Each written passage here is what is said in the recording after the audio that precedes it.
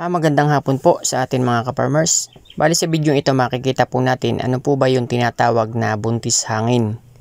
So dahil na-experience po natin yung mga nakaraang araw, nakaraang buwan na meron po tayong hindi nanganak na baboy. Ano nga po ba ang nangyari dito? Ito po ba ay buntis hangin o tinatawag na pseudo pregnancy or yung tinatawag na false pregnancy? Or di kaya ito naman po yung tinatawag na parvovirus or di kaya yung mga namamatay na biik sa loob ng tiyan. Sa hapong ito ay bibigyan ko po ng kaunting linaw yung pong pseudo pregnant or tinatawag na buntis hangin. Ang buntis hangin po, ito po yung hindi umaanak pagdating ng due date. Hindi po lahat ng hindi umaanak pagdating ng due date, ito po ay masasabi na o makukonsider po natin na buntis hangin. Possible po na ito ay merong mummified sa loob ng tiyan. Ano nga ba ang pseudo pregnant o buntis hangin?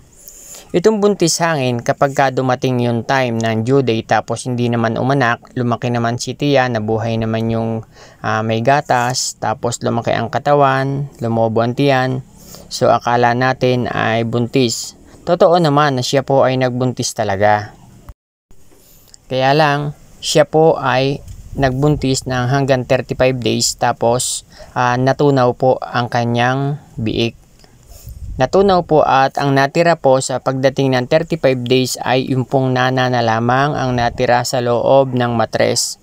So dahil doon sa pagkatunaw ng kanyang biik at may natira na nana sa loob ng matres, ang akala po o ramdam ng inahin siya po ay buntis. Ibig pong sabihin, sadya pong siya ay nagbuntis, kaya lamang ay natunaw po yung kanyang ipinagbubuntis. Dahil wala pa pong buto hanggang 35 days, kaya yun po ay natutunaw pa. So ngayon kapag yun po ay more than 35 days na, 36 days pataas na, at yun po ay namatay ang biik sa loob, yun po ang nagiging mummified sa loob. At hindi po pseudo pregnant naman po ang tawag natin doon. Yun po ay mga mummified ang mga anak sa loob, at ang possible naman pong rason niyan ay possible na stress or di kaya po ay active po o na doon po yung parvovirus. So balik po tayo doon sa buntis hangin. Bakit po lumalaki ang tiyan ng inahin at saka yung pong bahay gatas ng inahin? Dahil po kapag po ang baboy ay nagbuntis or di kaya po ay na-late na po na sumpitan, halimbawa late na nasumpitan tapos nagtatatakbo na at pinilit pa rin natin, possible po na yung similya na natrap sa loob ng matres, akala po niya ay nakabuo po siya. Kaya pagdating po ng time na mga 1 buwan na lamang at manganganak na siya, ay palalakihin po na yung ire-ready po ng inahin yung kanyang katawan. Palalakihin po yung kanyang bahay gatas, magpapalaki ng katawan para ready po siya sa panganganak niya. Kaya sa pagdating po ng iaanak niya, meron po siyang gatas at maganda po ang kanyang katawan, malaki po ang tiyan, at pagdating naman po ng iaanak ay hindi po siya iaanak. Dahil nga po nana lamang o kaya yung similya na lamang na nabulok sa loob ng matres. Ganun po ang nangyayari, kaya po nagkakamero ng pseudo pregnant o tinatawag na po natin po na buntis hangin. Sa madaling salita, mas marami po nakakaalam sa buntis hangin. Totoo po na siya ay nagbuntis po, kaya lamang natunaw po siya. Hindi po siya mga hanggang 35 days lamang po siya pababa. Doon po siya natunaw, tapos natira na lamang ay nana po sa loob ng matres. Ay bakit naman po hindi umaanak pagdating ng due date?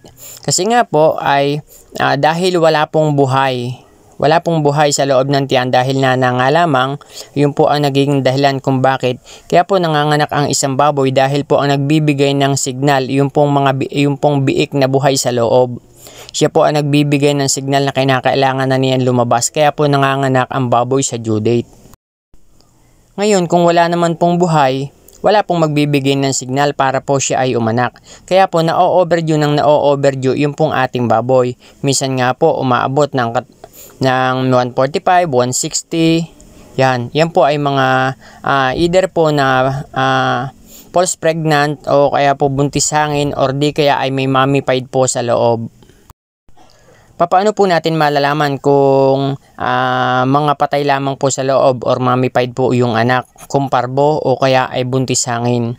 Ginagawa po natin kapag ka po lampas na ay nagbibigay po tayo ng Lutalize.